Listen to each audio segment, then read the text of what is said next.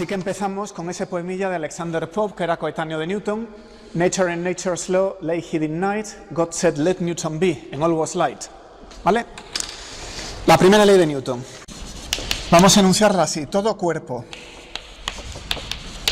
sobre el que no se ejerce influencia alguna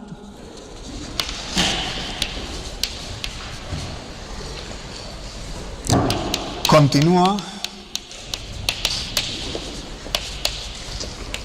en su estado de movimiento con velocidad constante, ¿vale? En particular, si la velocidad es cero, en reposo, continúa en reposo. Bueno, y ese enunciado que conocen todos me sirve para que se hagan a mi letra. ¿Cómo lo ven? ¿Nos vamos a entender? Bueno, es sencillo, ¿verdad? El ejemplo obvio es la bola en la bolera.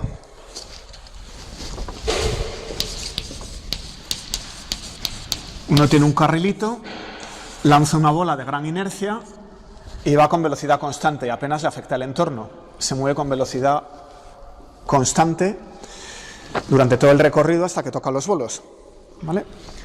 Entonces, bueno, si fuéramos objetos espaciales a grandes distancias, separados unos de otros un par de kilómetros, esto sería una ley evidente, sería como pasan siempre las cosas. Tres objetos en órbita, en distancias pequeñas, pues cumplen esta ley de manera evidente, en vacío.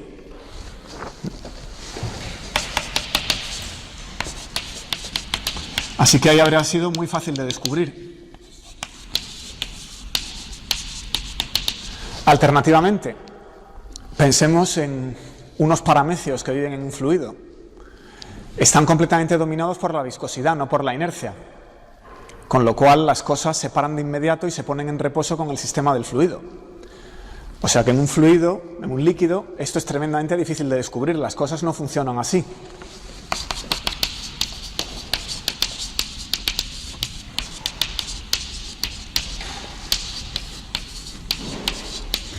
Así que desde que amaneció el pensamiento racional, se tardó 2000 años en enunciar esto, ¿no? Desde, ponemos en Tales de Mileto, el comienzo del pensamiento racional, poco más o menos, ¿no? 2000 años, hasta que Newton nos enseña que lo que está pasando, bueno, Galileo ya más o menos lo tenía experimentado, hasta que nos enseña que la manera en la que funcionan las cosas es esta, ¿de acuerdo? No es totalmente obvio. Bueno, todos los aristotélicos pensaban que las cosas tienden al reposo de manera natural, ¿no? Bueno, pues vamos a examinarla un poquito más de cerca. ¿Qué es lo que dice la ley, siendo críticos? Pues podría decir, con todo derecho, que los cuerpos siguen con movimiento rectilíneo y uniforme, con velocidad constante, salvo cuando no lo hacen. Porque ¿qué es esto de influencia? ¿Vale? Es decir, es una ley que dice las cosas siguen en movimiento rectilíneo menos cuando no lo hacen. Hay que darle un poquito más de contenido, ¿verdad? Vamos a admitir que las interacciones entre los cuerpos disminuyen con la distancia.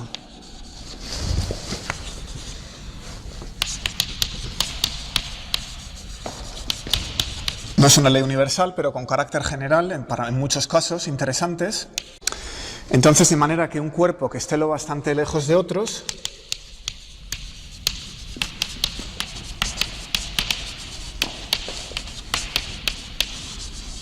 pues no los percibe, no está en interacción con ellos.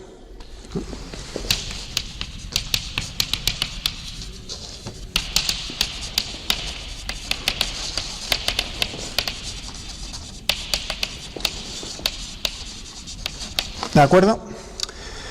Entonces, esto prácticamente nos sirve de definición de interacción. ¿Qué es una interacción?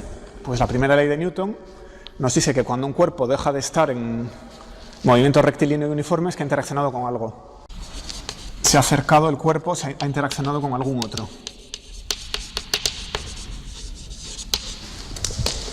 Así que la primera ley sirve de definición de interacción.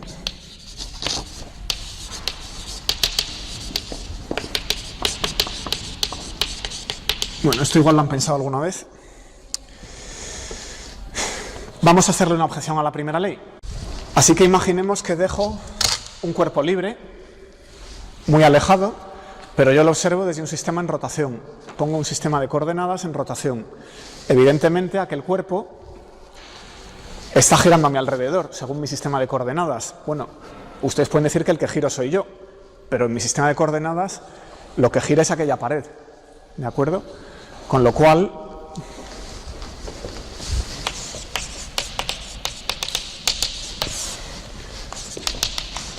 si un sistema de referencia está en rotación o acelerado, igual concepto, una aceleración lineal produce el mismo efecto.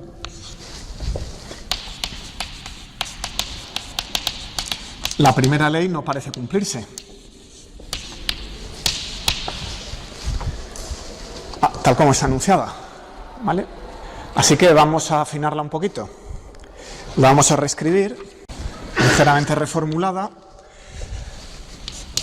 de una manera que les gusta a los matemáticos. Existen sistemas de referencia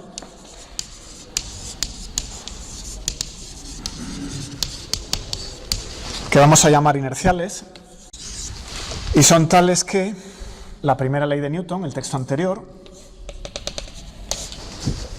¿de acuerdo?, es satisfecha.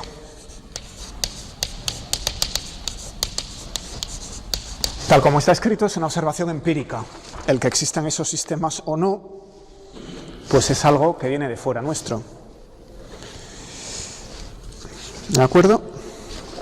Entonces, en la práctica, ¿qué sistemas usamos? Bueno, pues uno histórico fue el de las estrellas fijas.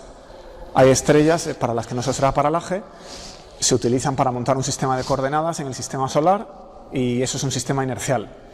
Es una cuestión de escala. Si hago un experimento con una canica y miro la primera ley de Newton aquí, no necesito saber que la Tierra está en rotación o no, porque son escalas de tiempo muchísimo más cortas que las 24 horas de la rotación de la Tierra, ¿verdad? Bueno.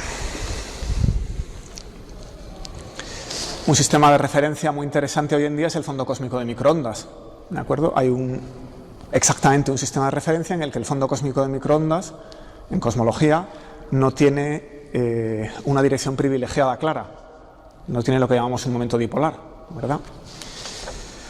Bueno, pues vamos con la segunda ley.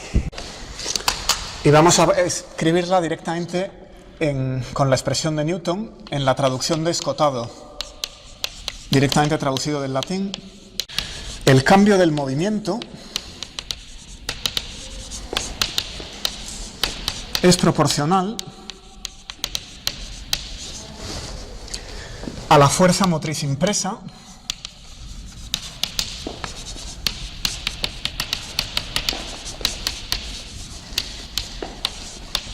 y se hace en dirección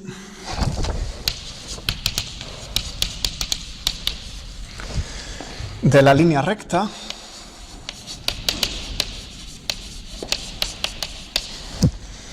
en la que se imprime esa fuerza.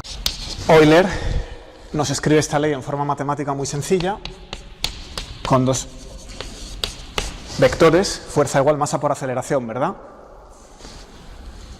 Ese es el enunciado que nos da Newton.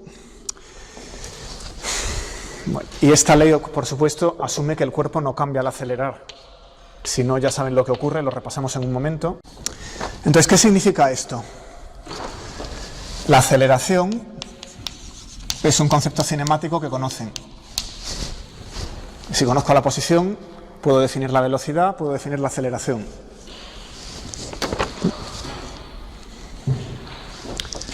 Bien, entonces tenemos dos cosas que no están definidas por aquí fácilmente, que son la fuerza y la masa. Pero en una sola ley no puedo definir dos cosas. ¿Vale? ¿Qué significa eso?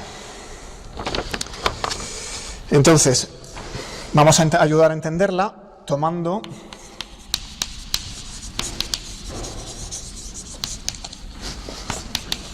dos cuerpos, ¿de acuerdo? o n cuerpos, 1, 2, hasta n si es necesario, y vamos a tomar dos fuerzas, FA y FB. Así que la fuerza A actúa sobre cada uno de esos cuerpos. Pues masa 1 por la aceleración que sobre el cuerpo 1 imprime la fuerza A. Y esto tiene que ser igual, porque es la misma fuerza, si actúa sobre el cuerpo 2 a la masa del cuerpo 2 por la aceleración que sobre el cuerpo 2 imprime la fuerza A, etc. Reescribo la misma ley para la fuerza B. Sobre el cuerpo 1, pues imprime una aceleración a 1B. Sobre el cuerpo 2, imprime una aceleración a 2B, etc. Bueno, pues ahora tenemos cocientes.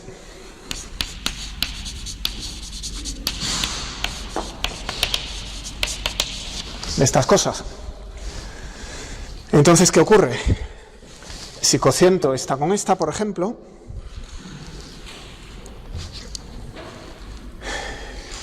me interesa cocientar así, esta igualdad. Vamos a mirar esa igualdad, de manera que eliminamos la fuerza. Vamos a cocientar esta con esta. Entonces tengo que A1A entre A2A, pues es M2 entre M1, ¿verdad? O sea que la misma fuerza, me salgo del vídeo si me pongo ahí, la misma fuerza sobre dos cuerpos distintos ejerce aceleraciones que están en un cociente que sabemos que es el cociente de sus masas. Es lo que estamos intentando precisar, que son estas masas, ¿verdad? Entonces vamos a tomar otro cociente, vamos a coger ahora esta igualdad. Entonces tenemos A1B entre A2B y vuelve a ser M2 entre M1. Para un par de cuerpos dados, el cociente de las aceleraciones que imprime la misma fuerza es siempre el mismo. A1B entre A2B es lo mismo que A1A entre 2A. Y el cociente, pues es una constante. ¿De acuerdo? ¿Lo escribo por algún sitio? Tomamos cocientes de las aceleraciones y no dependen de qué fuerza actúe.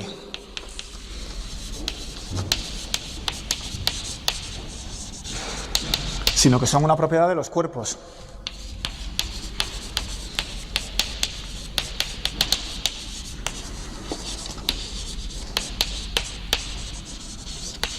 No de las interacciones externas que los pongan en movimiento, ¿no? Bueno, entonces vamos a tomar uno de ellos como referencia. Así que, por ejemplo, el kilogramo patrón en París, que va a dejar de ser el patrón en breve, pero de momento es un artilugio centenario que nos sirve de definición de masa, ¿vale?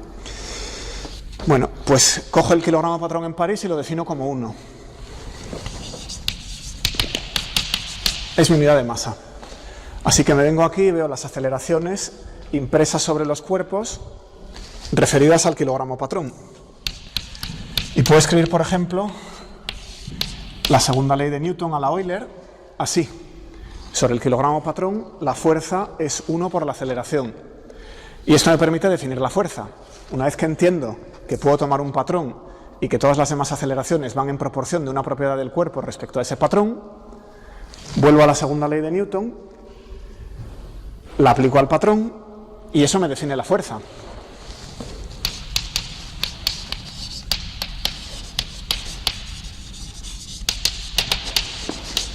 Es la aceleración. La aceleración es un concepto cinemático que tenemos claro, que recibe el kilogramo patrón al ser actuado. ¿Vale? O sea que la fuerza asociada a alguna interacción está definida como la aceleración del kilogramo patrón. Ya tenemos la fuerza. Entonces ahora puedo venir por aquí, el cociente de la aceleración de cualquier cuerpo respecto al kilogramo patrón es la masa de ese cuerpo. Ya está limpio, ¿verdad? Bueno. Así que la masa, hemos dicho, la masa del cuerpo I, pues es la aceleración de ese cuerpo bajo una fuerza dada, por ejemplo la A, dividido por la aceleración que lleva el kilogramo patrón bajo esa fuerza A. O sea que con un poco de cuidado, sí, la segunda ley de Newton se puede usar para definir sus dos cosas de manera consistente, fuerza y masa, ¿vale? Y esto, lo que es, lo que tiene contenido empírico, lo que es una ley de la naturaleza, es que esto lo puedo hacer con cualquier otra interacción, con cualquier otra fuerza. Eso no se puede deducir, ¿vale? La segunda ley de Newton tiene contenido empírico. Este cociente de aceleraciones es siempre el mismo. ¿Qué pasa si el objeto pierde materia o gana materia? Que es el caso que no estaba cubierto con la ley de Euler, la formulación de Euler de la segunda ley de Newton, ¿vale? Es decir, M cambia. Esa propiedad del cuerpo que es la masa está cambiando, ¿vale? Pues si vuelven una pizarra atrás y sacan la ley de Newton, Newton de lo que hablaba era de la cantidad de movimiento, ¿verdad? Y lo define así él mismo.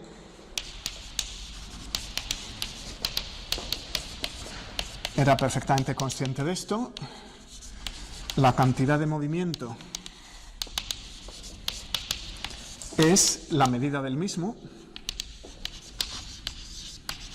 Es decir, es un número que cuantifica de alguna manera cuánto movimiento hay, lo que llamaríamos normalmente en esta clase momento o momento lineal, ¿verdad? Surgida de la velocidad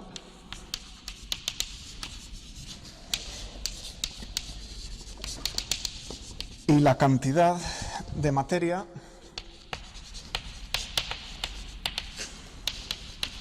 conjuntamente.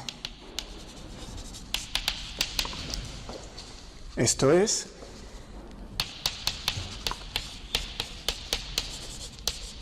vamos a interpretar ese conjuntamente como un producto. Entendemos que Newton hablaba de un producto. Es la masa por la velocidad, ¿verdad? Ese es el momento lineal.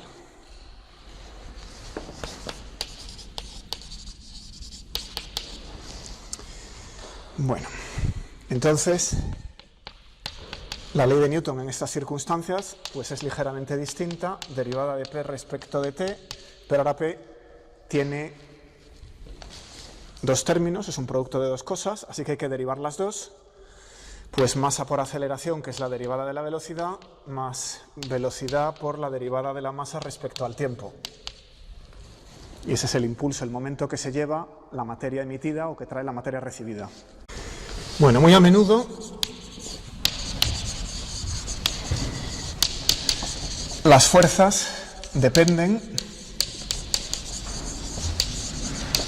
del tiempo, de la posición y de la velocidad del cuerpo. Si hablamos de cuerpos puntuales, es difícil ver de qué más pueden depender, porque si dependieran de la aceleración, la segunda ley de Newton ya no sería válida, la aceleración aparecería en los dos lados. Tendríamos que recurrir a ecuaciones de orden más alto, quizá. Entonces, si el cuerpo tiene estructura, entonces sí puede haber más dependencias. Bueno, este es el caso habitual que consideramos en mecánica. La fuerza es una función de T, R y V, ¿vale?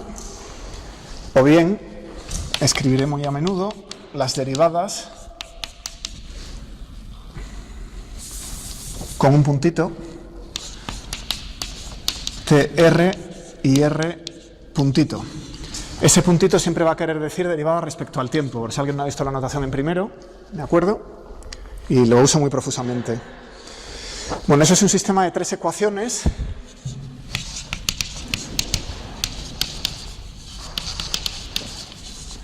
de segundo orden. Una cosa que podemos hacer de inmediato es llevarnos el sistema a primer orden, pagando tres variables más, ¿vale? Son ecuaciones diferenciales ordinarias, pero a la hora de resolverlas de manera aproximada o numéricamente, pues suele ser más cómodo llevarse el sistema a primer orden. Decimos que la derivada de R es la velocidad, Lo consideramos como una función independiente durante un momento. Y a continuación decimos que la derivada de la velocidad pues es igual a 1 entre m por la fuerza de t, r y v. ¿Esto lo han visto alguna vez? ¿No han probado nunca resolverlas numéricamente? Pues lo haremos. Entonces, tenemos 6 variables en vez de 3. En esta formulación hay 3 variables, las r's, y las v se siguen de las r's. Aquí hay 6 variables independientes, las r's y las v's. La derivada de r es la v y la derivada de v es la fuerza. ¿De acuerdo? Entonces esto se puede resolver paso a paso de manera sencilla. Uno da las condiciones iniciales, posición y velocidad en un instante dado, calcula la fuerza, calcula el lado derecho de la ecuación y con eso puede sacar la posición, como haríamos, esto se llama método de Euler, r de t más 1 es r de t más la diferencia entre t más 1 y t, vamos a llamarlo delta t, veces la velocidad en t. Así que dada la condición inicial, que son v en t y r en t, y el paso delta t, puedo sacar la posición en t más 1. Y lo mismo para la velocidad. La velocidad en t más 1 es la velocidad en t, que es mi condición inicial, más delta t por la fuerza en t, evaluada con r en t y v en t, dividido por m. Eso no es el método numérico más eficaz, pero sí es el más sencillo de entender, ¿verdad? Uno puede avanzar paso a paso desde las condiciones iniciales dadas, como un sistema de primer orden. Así que, como verán en el curso de métodos,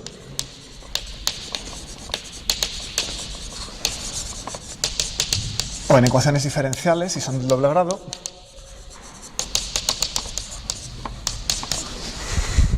eso es un sistema de ecuaciones diferenciales ordinarias. Si f es de clase C1, es continua y tiene derivada continua, pues este problema de valores iniciales tiene solución única.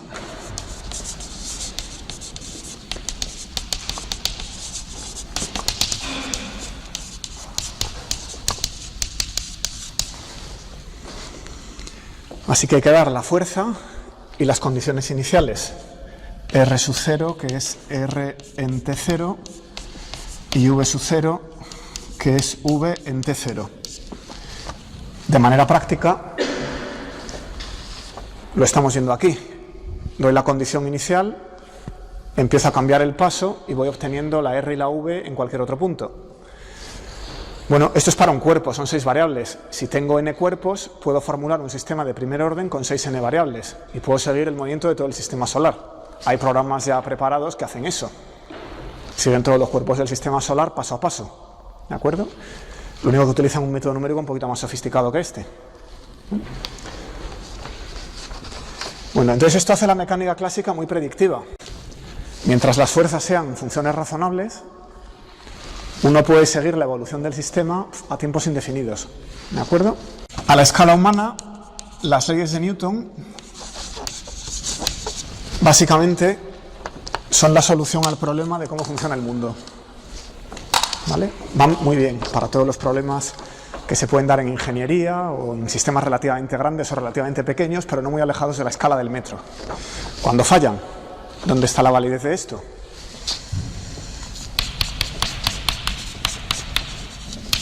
A velocidades muy grandes. Esto hasta el siglo XX, finales del XIX, no se entendía, ¿vale? Pero si las velocidades se empiezan a acercar a la de la luz, estas leyes no funcionan. Dan problemas, hay que modificar unas cuantas cosas, ¿vale? Lo cual me recuerda que este curso de mecánica está pensado para físicos. Entonces, de lo que vamos a hablar más es del movimiento. Vamos a hablar de velocidades, sobre todo, de objetos que se mueven, de interacciones que fuerzan movimiento, de las coordenadas generalizadas, etc. Si dan un curso de ingeniería, a lo mejor ustedes acaban dando un curso de mecánica para ingenieros, en un futuro, quizá el enfoque sea distinto. Entonces haya que hablar más de transmisión de fuerzas, ¿verdad? Haya que hablar más de equilibrios. Aquí mencionaremos 3 cositas, pero no son nuestro tema. Y claro, toda esa discusión de las leyes de Newton, si dan la física para biólogos o la física del bachillerato, no se les ocurra. Estamos buscándole tres pies al gato en unas cuantas cosas, ¿no? Hay que ser un poquito más simple. Bueno, volviendo a lo que estábamos, las velocidades muy grandes las tratamos en este curso, es el último capítulo. Ya han visto un poquito de relatividad en primero, pues le vamos a dar más al mismo clavo. Si los tamaños son muy pequeños, con masas y velocidades moderadas, no voy a pronunciarme, pero nos vamos a tamaños muy pequeños, de manera que este producto, el producto de la masa típica, la longitud típica y la velocidad típica, sean de orden la constante de Planck, la constante reducida de Planck. Entonces las leyes de Newton también fallan. Hay que hablar de física cuántica. La física cuántica yo no la voy a tocar, así que esta zona se queda fuera de mi competencia ahora mismo, la verán en el segundo cuatrimestre. Supongo que en química y en física general les habrán contado alguna cosa, pero la van a ver con todo detalle, ¿de acuerdo? Bueno, si los cuerpos son muy grandes, muy masivos,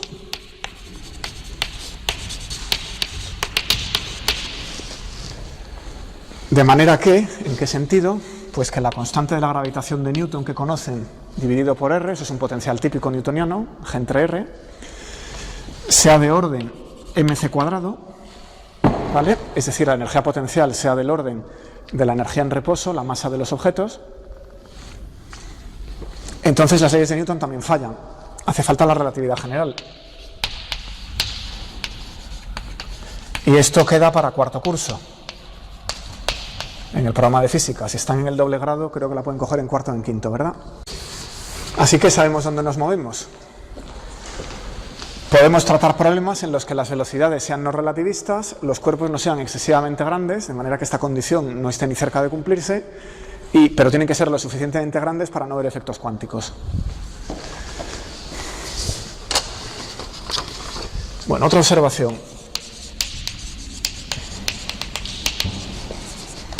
¿Qué ocurre si sobre un cuerpo concurren varias fuerzas?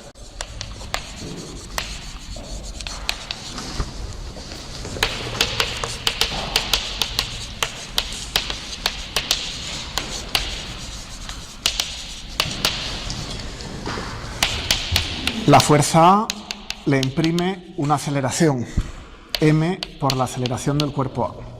La aceleración del cuerpo debido a la fuerza A. La fuerza B le imprime otra aceleración, A sub B. Y claro, A sub A es la derivada segunda de R sub A respecto al tiempo dos veces. Y A sub B, pues es la derivada segunda de R sub B respecto al tiempo dos veces, sin sorprender a nadie.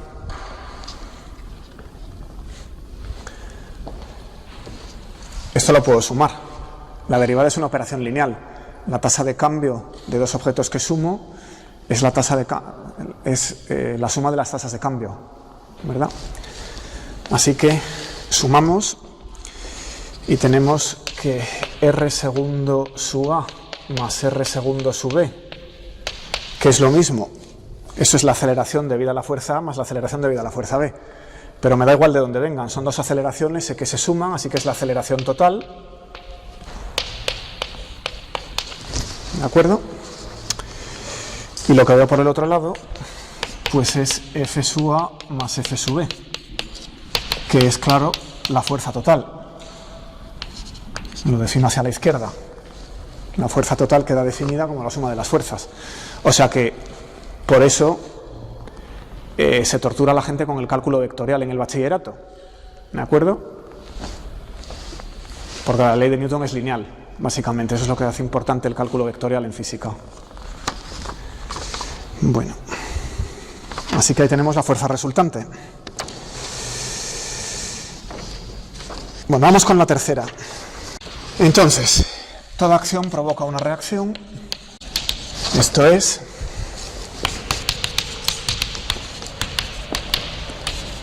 si un cuerpo 1 ejerce una fuerza F21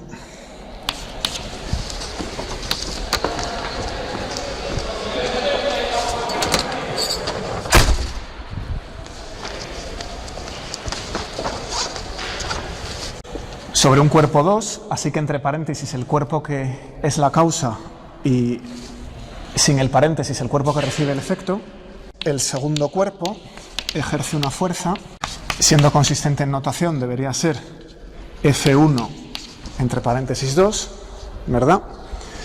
Que es igual y de sentido contrario. Pero se ejerce sobre un cuerpo distinto. Esas fuerzas, como siempre han visto, no se cancelan. Se ejercen sobre cuerpos distintos, de manera que uno empuja al primero y el segundo es empujado a su vez. Y ambos se mueven. Bien. O sea que ese índice es importante, ¿verdad? La fuerza actúa sobre un punto diferente. Bueno, al igual que la otra, esta ley es una ley no relativista. Y en breve vamos a ver un ejemplo que les va a sorprender un poco. Como las velocidades se acerquen a c, esto falla estrepitosamente. ¿De acuerdo? Bueno, en estática es muy importante.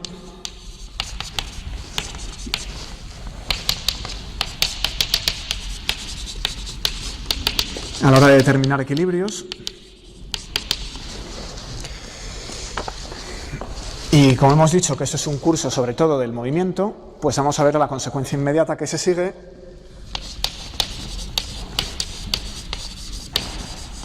Que si les ha llegado alguna copia del examen de julio es una de las preguntas que sorprendentemente cazó a un 70% de la clase. No sé cómo, porque esto que voy a hacer a continuación está muy sencillo. Entonces, como consecuencia, se sigue la ley de conservación del momento. Se sigue la ley de conservación del momento. Vamos a especificar el momento lineal, que es lo que voy a hacer, de un sistema de partículas aisladas. Así que la derivada de P respecto al tiempo, hemos visto que estas cosas se suman como vectores, así que la derivada de la suma de los momentos de cada una de las partículas respecto al tiempo, eso es el momento de un sistema de partículas. La derivada es lineal, hemos dicho, así que la saco fuera. Entonces esto es la suma de las derivadas de los momentos respecto al tiempo de cada una de las partículas. Aplico la segunda ley de Newton.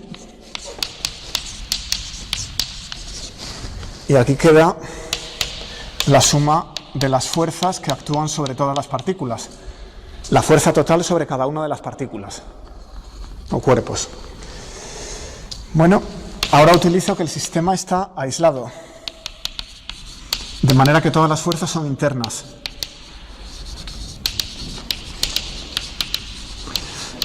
Eso quiere decir que esta suma es de la forma sobre cada cuerpo I, la fuerza que ejerce la partícula J. Y tengo que sumar sobre todos los pares I, J.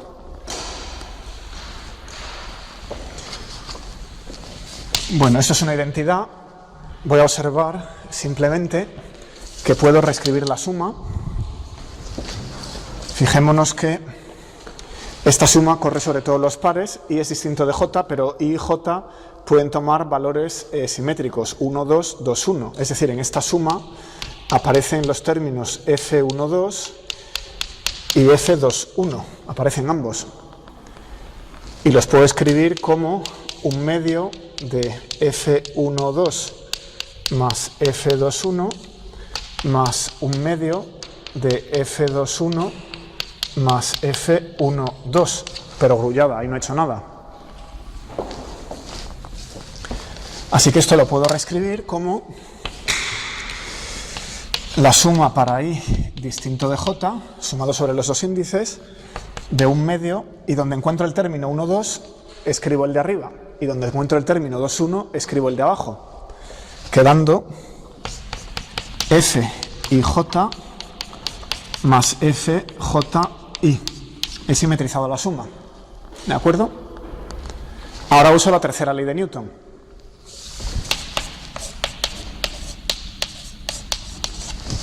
¿Y qué dice? Que estas dos fuerzas son iguales y opuestas. Esa es menos la otra, de manera que esto da cero. ¿vale? Vuelvo arriba, que hemos demostrado que el momento total de ese sistema de partículas aislados satisfaciendo la tercera ley de Newton se conserva, su derivada es cero. Esa era una pregunta del examen, que se escribe, ahí no hay que dar explicaciones, basta con escribir pum pum pum los 3 pasos. Bueno, pues vamos a ver la formulación de Mach de las leyes segunda y tercera. A Mach lo conocen seguramente, era un profesor austriaco, finales del XIX, la segunda mitad del siglo XIX. Entonces, esto reduce la segunda y tercera leyes a la siguiente frase, que es una observación empírica sobre la naturaleza. Esto no se puede deducir de nada. Dice que la segunda y tercera leyes de Newton se pueden expresar juntas de la siguiente manera. Ya con todo lo que hemos discutido debería ser obvio. Cuando dos objetos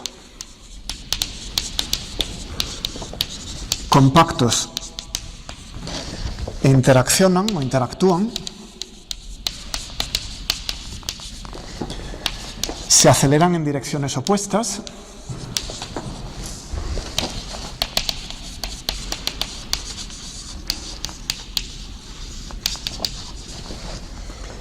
y el cociente de sus aceleraciones es siempre el mismo. ¿De acuerdo? ¿Dónde está la fuerza? Es un concepto auxiliar. La fuerza realmente no hace falta para formular las leyes de Newton.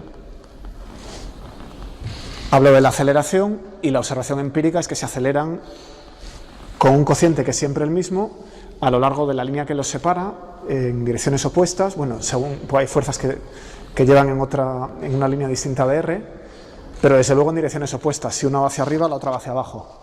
Y el cociente es siempre el mismo, claro, es el cociente de las masas. ¿De acuerdo? La fuerza es un concepto auxiliar, es muy útil, pero no es esencial, ¿vale? Bueno, y la primera ley, claro, hay que añadirla. Pues diríamos que un objeto aislado no se puede acelerar espontáneamente. Si quieren ser más finos, pues escriben lo del sistema inercial. Hay sistemas inerciales en los que esto no ocurre. ¿De acuerdo? Bueno. Pues un último comentario es que estas leyes son objetivas, es algo que pasa ahí fuera y las cosas son así, me gusta o no me gusta. Lo digo porque hay corrientes filosóficas que dicen que la ciencia avanza a base de consenso entre científicos y que las leyes en realidad no tienen una realidad objetiva exterior y que esto es que nos hemos puesto de acuerdo. Así que todos los que defiendan ese tipo de teorías están invitados a dar un saltito desde 5 escalones y ver si no se tuercen un tobillo. Pues ahora vamos a sorprenderles. Creo que esto no lo van a haber pensado. Vamos a considerar dos cargas magnéticas, dos cargas eléctricas, pero vamos a considerar su interacción magnética. Así que tomamos dos partículas cargadas, 1 y 2, y vamos a ver la interacción magnética entre ellas. ¿De acuerdo? Bueno, entonces las vamos a colocar de la siguiente manera. La partícula 1 la pongo donde queramos. La partícula 2 en otro punto. Bien, tiro la visual de la 1 a la 2 y eso es la R, eso es el vector R, ¿cierto? Ahora la partícula 2 se mueve con velocidad v2 y en este ejemplo particular vamos a tomar v2 paralela a R, es decir que la partícula 2 se está alejando de la 1. Y la 1, pues vamos a poner que se mueva a lo largo de la línea perpendicular en este instante. ¿De acuerdo? Como están cargadas y están en movimiento, crean un campo magnético.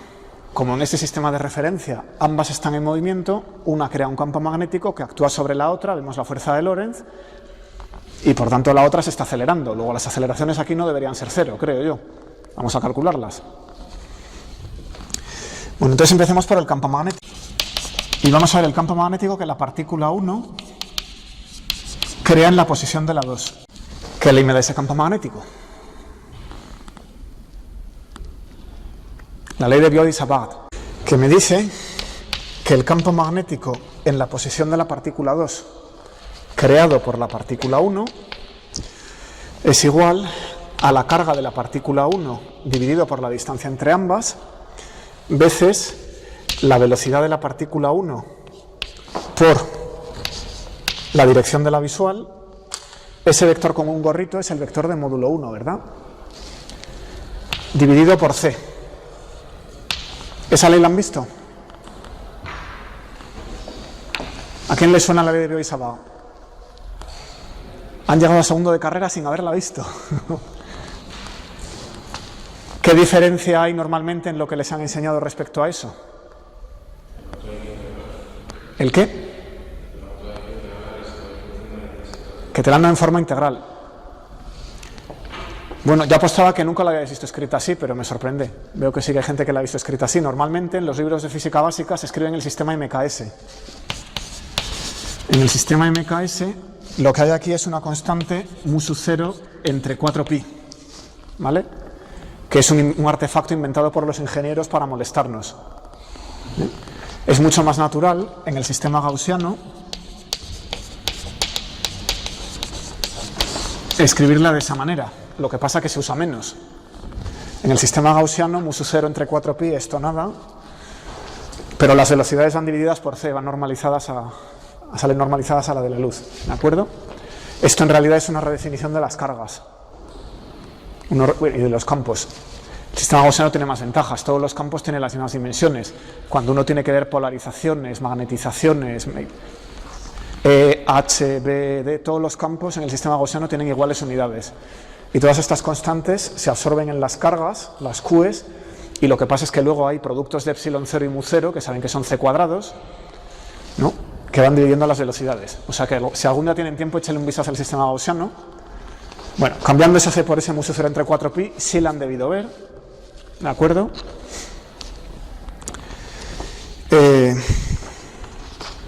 Si tengo el campo magnético, podemos calcular la fuerza. Fuerza sobre la partícula 2 lleva un subíndice 2, causada por la partícula 1, entre paréntesis un 1, igual que antes.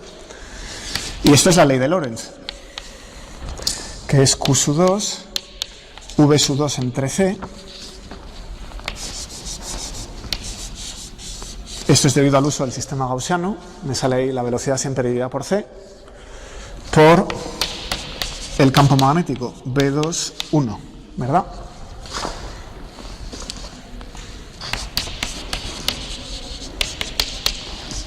También les suena, ¿verdad? Quizá excepto esta C. QV por V es la fuerza magnética sobre una partícula cargada en movimiento. Bien. Pues sustituyo el campo magnético. Cojo esa ecuación y la meto aquí. ¿Qué obtengo? Pues Q1, Q2 entre R cuadrado, V2 por V1 entre C cuadrado por R.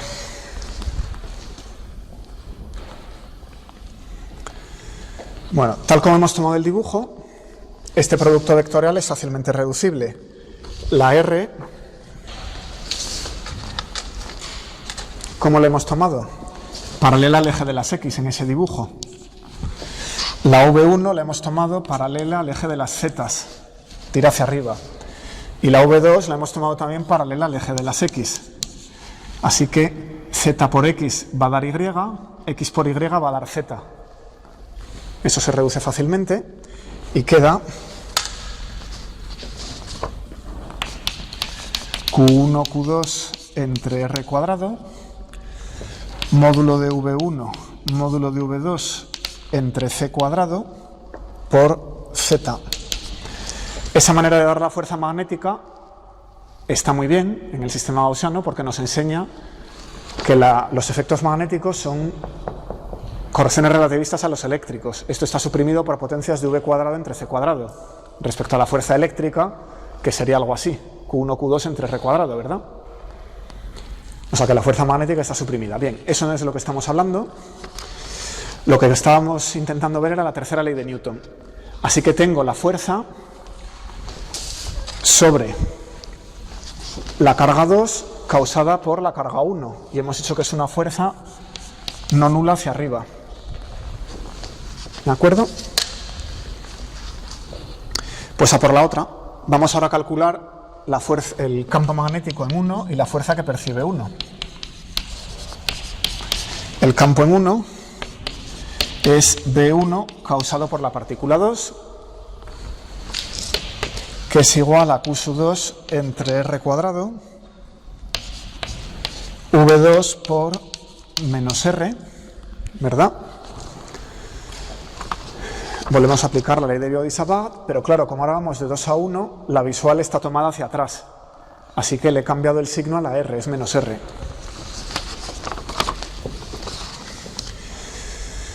Bueno, pero claro, V2 es en la dirección del eje X. R también es en la dirección del eje X. Así que este producto vectorial se anula.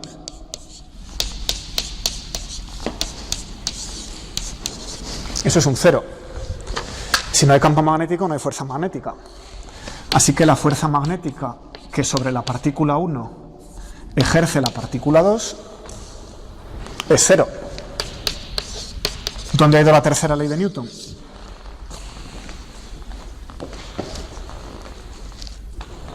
No es cierta, ¿verdad?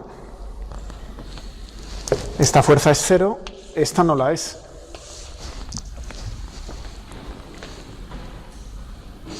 Así que cuidado, cuando hay campos, cuando hay velocidades relativistas, hay que examinar las leyes, ¿vale?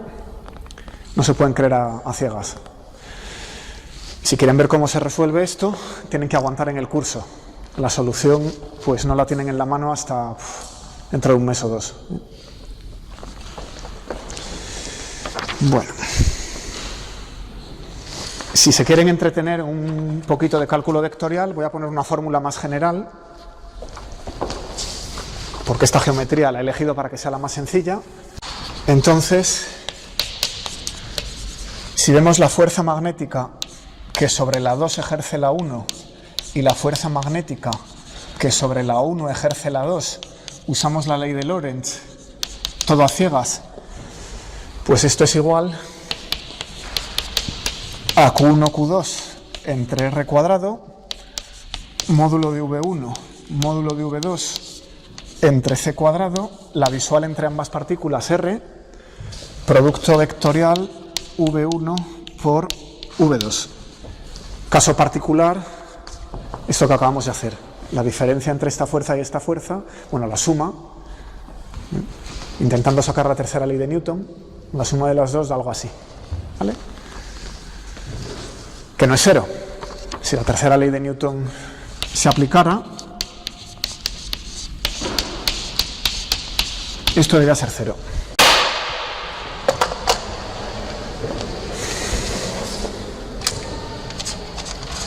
Bueno, continuamos con el repaso de mecánica newtoniana. Vamos con la energía. Así que si tenemos una partícula que se mueve libremente, hemos visto que se conserva el momento lineal P.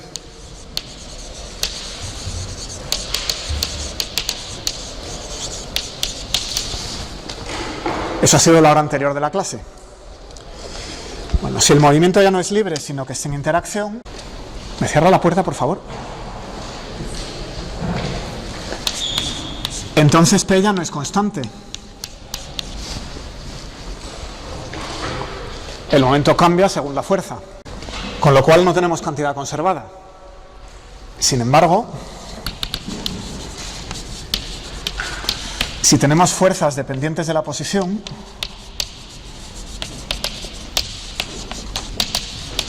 voy a particularizar un poquito, aunque el concepto es más general. Vamos a dar condiciones suficientes, aunque no sean necesarias. Vamos a coger fuerzas dependientes de la posición solamente, F de R, y que se pueden escribir como un gradiente. La fuerza es el gradiente de un potencial escalar, es decir,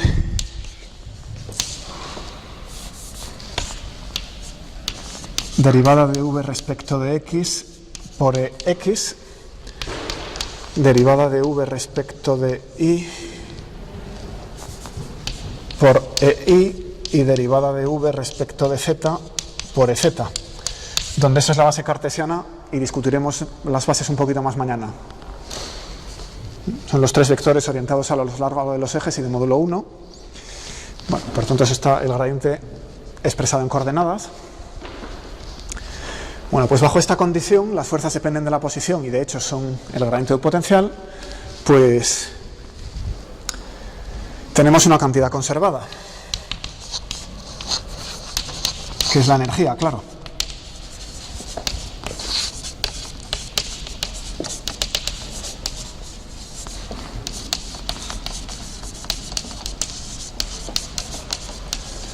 Lo vamos a ver ahora mismo. Esa fuerza no depende del tiempo. Aquí solo está la posición, no está el tiempo ni la velocidad. Y por qué esto es así lo veremos en detalle cuando estudiemos la mecánica analítica dentro de una temporada. ¿De acuerdo? Entonces, vamos a deducirla. Ya lo habrán hecho alguna vez, pero por completitud. Teníamos que la derivada del momento respecto al tiempo era la fuerza. Así que puedo multiplicar esta ecuación por P. P derivada de P respecto al tiempo es P por la fuerza, producto escalar. Esto que tengo en el lado izquierdo es un medio de la derivada de P cuadrado.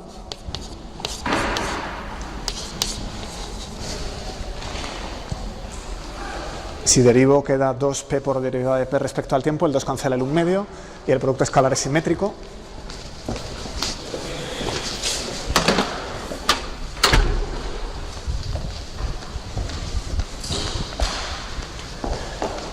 Así que esto es este lado.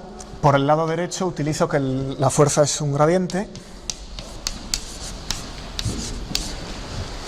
Acuérdese de cerrar, por favor. Eso. Bien. Con lo cual, bueno, vamos a conservar la masa. Es un problema en el que el cuerpo no cambia de naturaleza, no pierde trocitos. Así que esto es masa por aceleración, masa por velocidad, menos masa por derivada de R respecto al tiempo, por la derivada respecto a R, que es una manera de escribir el gradiente. No se puede derivar respecto a un vector, entiéndanme. Esto es simplemente la nabla. Pero lo quiero escribir de esta manera para enseñarles la regla de la cadena, que sea obvio. ¿Vale? ¿Dónde estaba el potencial? V de R, V es el potencial escalar, V de R, y R es un vector. No tengo ningún menos mal puesto. Bueno, entonces aquí sí que estamos viendo la regla de la cadena. Derivada respecto a R sub i por derivada de R sub i respecto a t. ¿Vale? Eso es la derivada respecto al tiempo de una función que depende de R de t.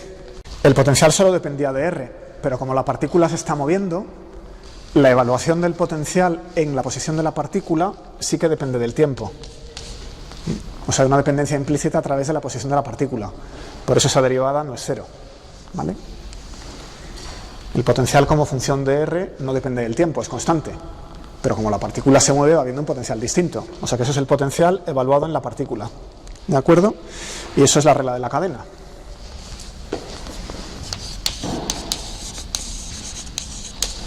Bueno. Pues, ¿qué voy a hacer? Voy a coger aquella masa y la voy a pasar para este lado. Así que la derivada respecto al tiempo de P cuadrado dividido por 2m es igual a menos la derivada respecto al tiempo del potencial evaluado en la posición de la partícula. Aquí veo una derivada, aquí veo una derivada, las agrupo porque las derivadas son lineales, la derivación es una operación lineal. Así que la derivada respecto al tiempo de P cuadrado partido por 2m más el potencial es igual a 0. Y efectivamente hay una cantidad conservada. La energía, que va a ser igual a lo que estamos viendo aquí. Y claro, tiene dos trozos. Hay un trozo que es la energía cinética, en función de su movimiento, del griego, ¿vale?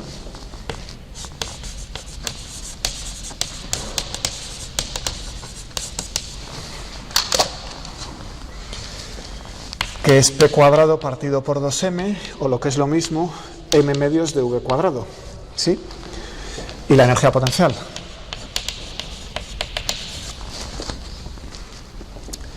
Entonces esto es simplemente V de R.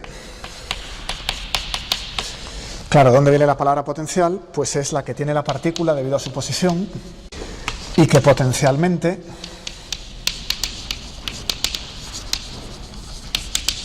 se puede convertir en energía del movimiento, en inercia.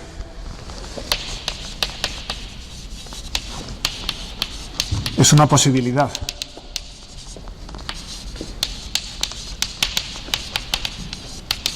De ahí que se utiliza la palabra potencial, ¿vale? Bueno, en conclusión, la manera en la que todo el mundo escribe esta ecuación es E igual T más V. T para la cinética, V para el potencial, igual a constante. A veces en vez de T se utiliza K de kinetic, cinética, ¿no? Bueno, un repaso de cálculo. Vamos a hablar un momento sobre las fuerzas conservativas, que son precisamente estas. ¿Por qué se llaman conservativas? Precisamente porque conservan la energía, ¿de acuerdo? Tienen propiedades muy interesantes. Vamos a comenzar por el trabajo realizado al desplazar una partícula.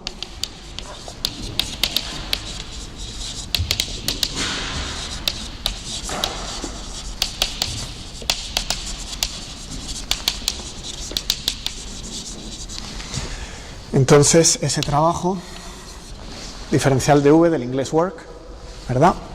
Pues es igual a F por diferencial de R. No sorprende a nadie, es el trabajo ejercido al desplazar una fuerza, un diferencial de R. Pero como la fuerza viene de un potencial, esto es menos el gradiente de V por diferencial de R, que es lo mismo que menos diferencial de X por la derivada respecto a X más diferencial de Y por la derivada respecto a Y más diferencial de Z por la derivada respecto a Z de V. Pero eso es precisamente una diferencial. Así que esto es menos diferencial de V de X y Z, de R, ¿vale? El cambio infinitesimal del potencial es el trabajo infinitesimal que ha realizado la partícula. Al desplazar una fuerza, ¿vale? Esto es una diferencial exacta. Bueno, eso es la ecuación en forma infinitesimal. ¿Qué pasa si cogemos un desplazamiento finito?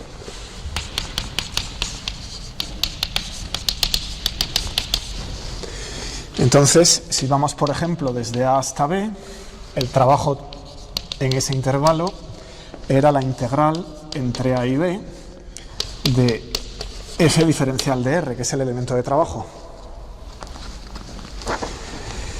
Y esto, como es una diferencial exacta, es menos el cambio del potencial, la integral entre A y B de diferencial de V.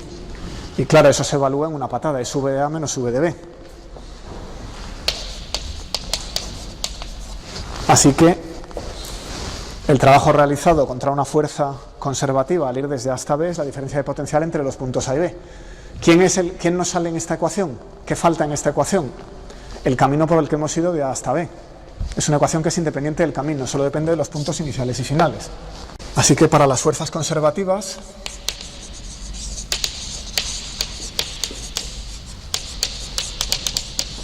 vemos que el trabajo no depende del camino. Corolario, aquí estaba A, aquí está B.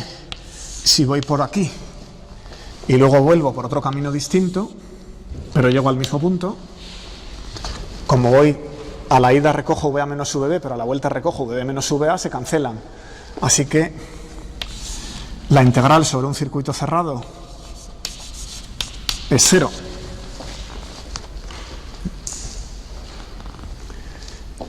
Los potenciales son muy bonitos. Bueno, otra propiedad es que la fuerza es irrotacional. Supongo que en cálculo hablaré un poquito más de estas cosas.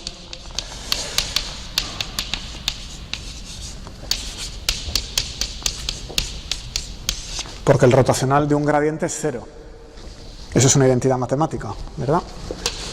Simplemente si uno escribe todas las derivadas, sale 0. Vamos a ver una. Se debe al lema de Schwarz, a que las derivadas conmutan, ¿verdad? Voy a escribir la componente z. Cogemos la componente z de esa ecuación y tenemos algo así como la derivada respecto a x de la derivada respecto a y de v, y luego tenemos con signo contrario la derivada respecto a y, la derivada respecto a x de v, y como las derivadas conmutan, eso es 0, ¿verdad?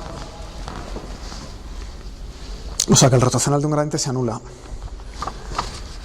Bueno, ese potencial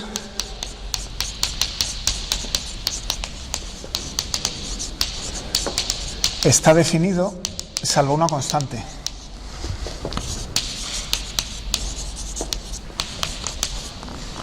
No es único. ¿Vale? El efecto físico que sale en las leyes de Newton es la fuerza. Si la fuerza es el gradiente del potencial, al potencial le sumo una constante, el gradiente no cambia. Por tanto, esa constante no la veo en la ley de Newton, que es la ley de la dinámica. Así que esa constante me sobra, no sé qué hacer con ella. ¿Vale? El potencial no es único. Este potencial es igualmente válido.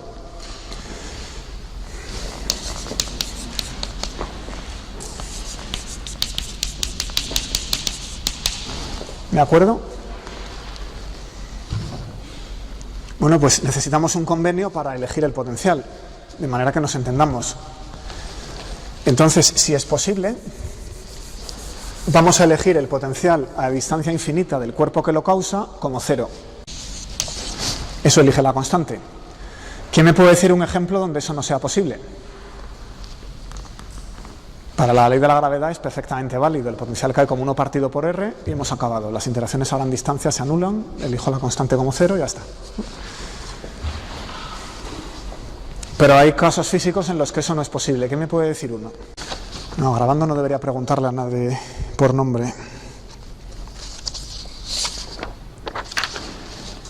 Nadie lo sabe. Piensen en una goma. Cogen dos tizas, dos objetos, ponen una goma y los separan. Según tiro, la goma está cada vez más tensa, la fuerza es mayor. Luego no puedo tomar el potencial en infinito como 0, porque cuanto más lo separe, más grande es la fuerza. Luego el potencial tiene que depender muy fuertemente de la distancia. Así que este convenio no es aplicable si, por ejemplo, cojo un potencial lineal. Si el potencial crece con la distancia, evidentemente en infinito el potencial es infinito, no lo puedo elegir como 0. Entonces hay que elegir otro convenio. Cuando traten un problema en el que ocurra esto, tienen que elegir ustedes el convenio que más les guste. Lo especifican y se acabó. ¿De acuerdo?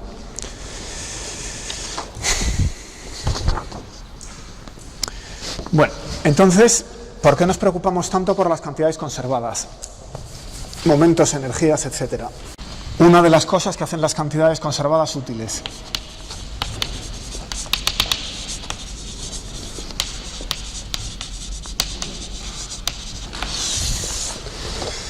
Bueno, pues es porque las podemos utilizar para simplificar las ecuaciones de movimiento. Es una lógica que usaremos a lo largo del curso.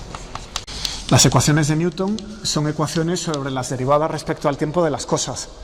Y las cantidades conservadas, que son consecuencia de las leyes de Newton, son objetos cuya derivada respecto al tiempo es 0. E igualar algo a 0 es más sencillo que igualarlo a otra cosa. Así que las vamos a usar para simplificar las ecuaciones de movimiento. Y por tanto, vamos a hacerlo de inmediato para que se vea con un problema en una dimensión.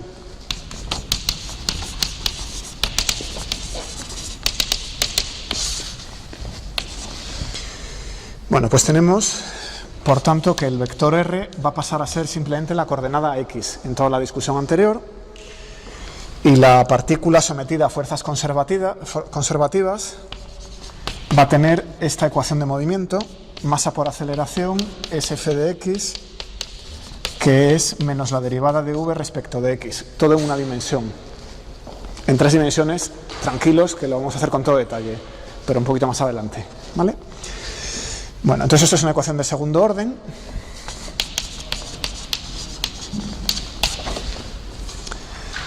Y como acabamos de discutir, si la fuerza solo depende de x, no depende del tiempo ni de la velocidad, sabemos ya que hay una cantidad conservada que es la energía. Así que vamos a usar la energía como primera integral. ¿De acuerdo? Bueno, pues escribo la ecuación de la energía.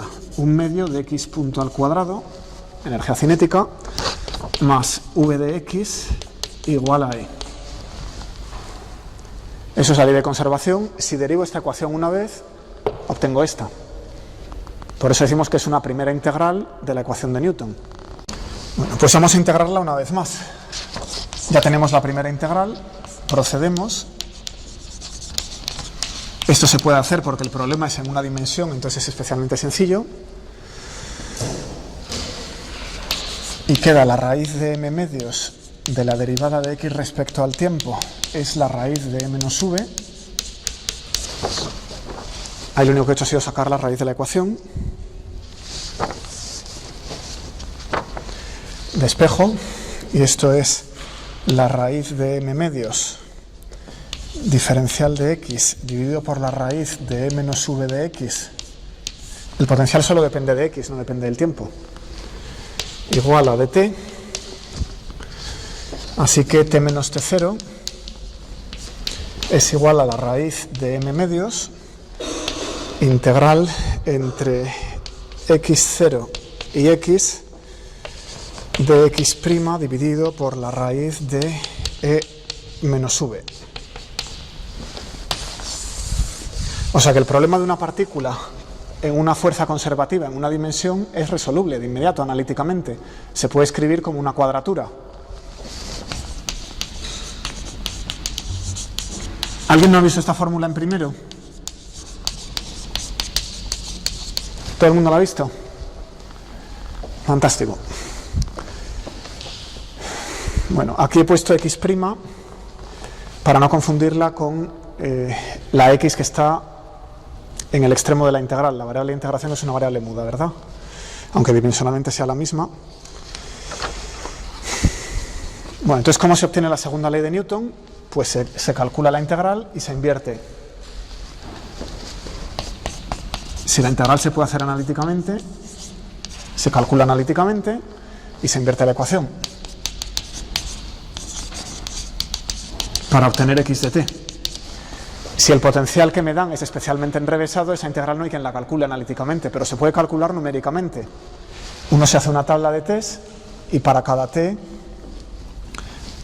saca una integral, que es la x, y entonces tiene una tabla de dos columnas, t1x1, t2x2, t3x3, que me sirven perfectamente para dar la posición de la partícula x en función del tiempo. O sea, encontrar algo así es tener el problema resuelto, con muy poco trabajo, ¿vale? Bueno, pues ejemplo claro, el oscilador armónico, ¿quién si no?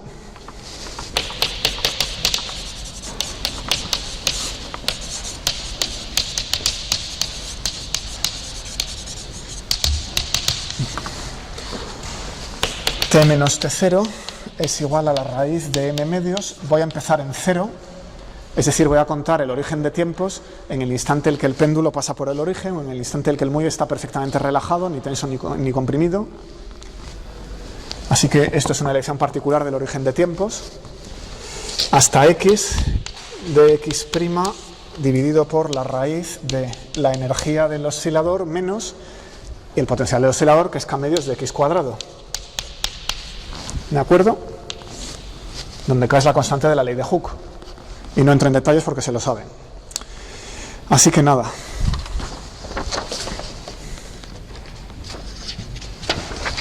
Para calcular esa integral, pues me tengo que sacar un par de cosas fuera. La voy a dejar como la raíz de m medios 1 entre la raíz de e, integral entre 0 y x de x' dividido por la raíz de 1 menos la raíz de k entre 2e x' todo al cuadrado. Ahora cambio la variable. El cambio de variable es simplemente para quitarme esas dimensiones de ahí, convertirlo en una variable dimensional. Entonces voy a coger y igual raíz de k entre 2e por x', coloco el cambio de variables y me queda raíz de m entre 2e integral entre 0 raíz de k entre 2e veces x Esto es por si la discusión de las leyes de Newton les parecía que tenía demasiada verborrea. Vamos a calcular alguna cosilla de vez en cuando, ¿no? Esto está en el límite de integración. Y ahora el integrando es la raíz de 2e entre k diferencial de y dividido por la raíz de 1 menos y cuadrado. Eso es la raíz de m entre k, me cancelan los factores 2e. Y la integral de 1 entre 1 menos y cuadrado es el arcoseno de i. Si no han visto esa integral, simplemente derivan el arcoseno utilizando las propiedades que conocen de la función inversa de la cadena y tal, y sacan aquello. Bien, y eso está evaluado entre 0 y la raíz de k partido por 2e x. Con lo cual, esto es raíz de m partido por k arcoseno raíz de k partido por 2e x, que es lo mismo que pasando el seno al otro lado. Bueno, primero paso en el lado izquierdo teníamos una t, recordemos, t menos t0. Lo multiplico por la raíz esta para quitarla de aquí, y una vez que lo he multiplicado saco el seno de la ecuación. Así que queda el seno de la raíz de k partido por m t menos t0 es igual a la raíz de k partido por 2e x, despejo x, es la raíz de 2e partido por k por el seno de la raíz de k partido por m t menos t0, que es la solución que conocen. Vemos aquí una amplitud, una frecuencia angular, la x se comporta como el seno de omega t, ¿verdad? Y hay una fase que depende de la condición inicial, un phi sub 0.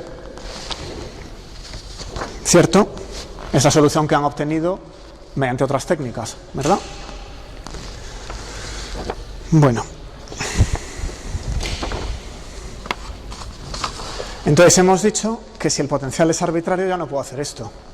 Un potencial lo suficientemente complicado no va a haber quien calcule la integral, no voy a tener la suerte de que salga un arcoseno. Con lo cual esto hay que hacerlo numéricamente.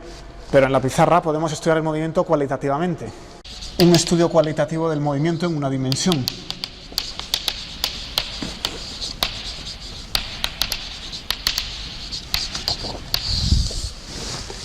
Bueno, entonces para entendernos vamos a poner que la energía cinética más la energía potencial, que es la energía total, es una cantidad conservada. Despejamos la energía cinética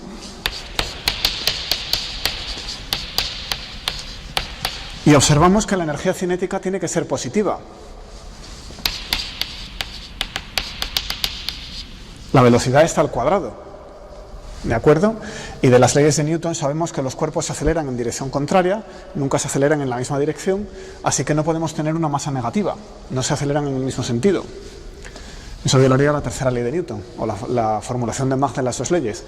Así que esto es positivo, así que el potencial con signo menos restado de la energía tiene que ser positivo.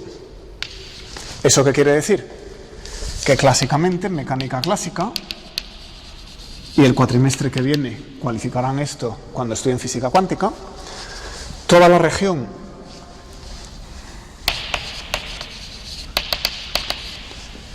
en la que el potencial es mayor que la energía está prohibida. La partícula no puede acceder ahí, ¿de acuerdo? Es una región prohibida clásicamente. Entonces, vamos a hablar del punto en el que llegamos al extremo, de manera que el potencial es igual a la energía exactamente, justo antes de que eso ocurra. El punto en el que el potencial es igual a la energía se llama punto de retroceso.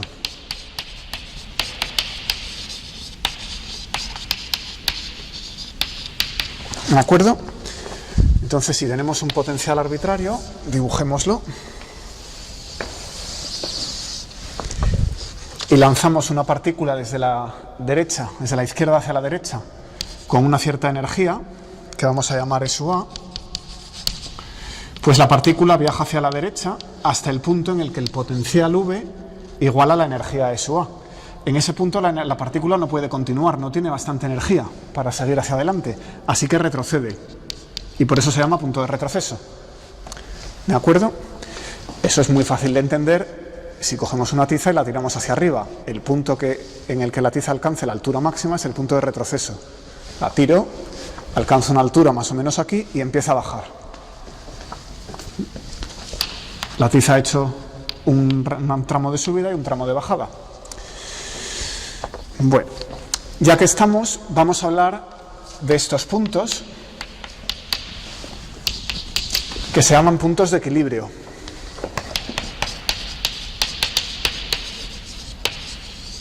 Distintos de los de retroceso. Los puntos de equilibrio son una propiedad del potencial. Son aquellos puntos en los que la fuerza es cero, es decir, la derivada del potencial respecto de x es cero. Claramente son este punto y este punto en el potencial que hemos dibujado. Bueno, en estos puntos les voy a poner un asterisco para distinguirlos de los anteriores. La derivada de v respecto a x en x estrella, ¿se entiende?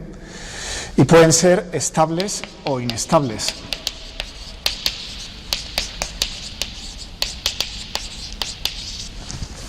Si colocamos aquí un objeto y lo perturbamos ligeramente, es evidente que se cae.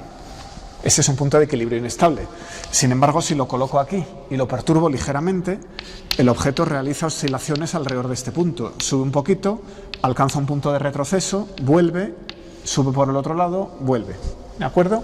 O sea que ese es un punto de equilibrio estable. ¿Y qué los caracteriza?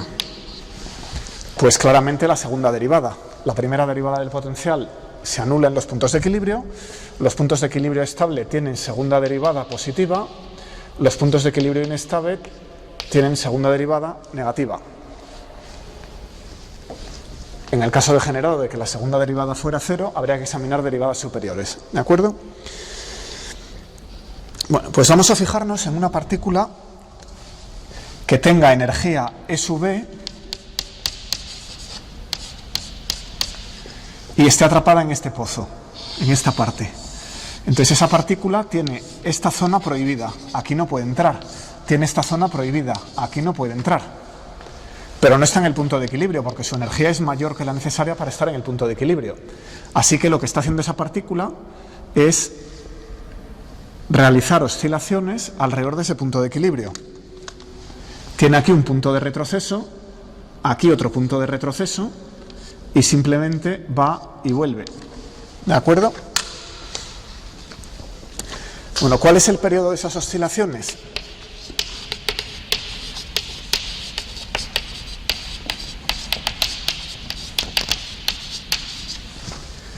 Fácil. Utilizamos la fórmula de hace un rato. Ponemos el 2 porque es el periodo, incluye un viaje de ida y vuelta. Y luego la solución al movimiento en una dimensión. El tiempo lo habíamos resuelto, esto era raíz de m medios, integral entre los dos puntos de retroceso, desde x1 hasta x2, diferencial de x, dividido por la raíz anterior. La energía sub v menos el potencial. ¿De acuerdo?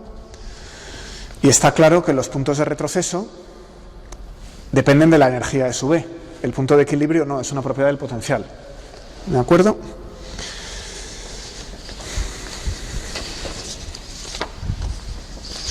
Bueno, pues cerca del punto de equilibrio estable podemos aproximar el potencial por su serie de Taylor. ¿Eso en qué consiste? Lo que podemos hacer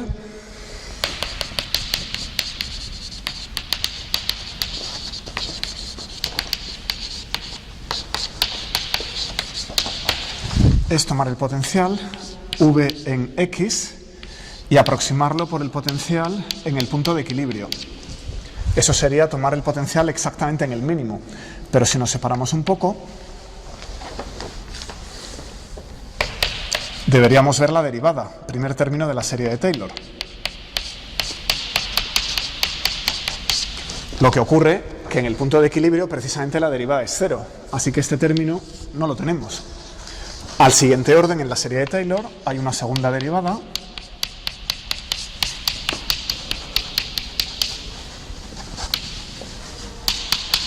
un medio de la segunda derivada por x menos x en el punto de equilibrio al cuadrado, ¿verdad?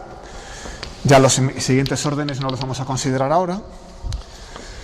Bien, entonces, este término claramente me va a dar la ley de Hooke. Saquemos la ecuación de movimiento.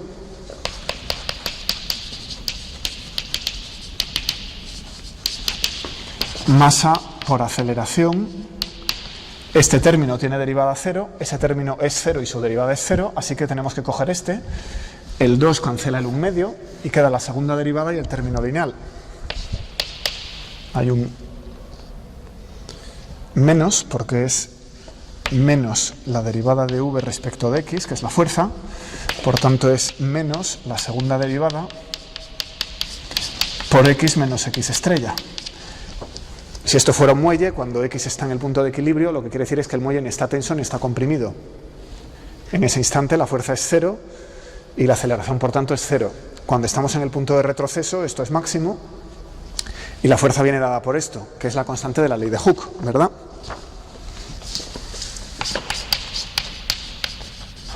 Y claro, esto es un oscilador armónico.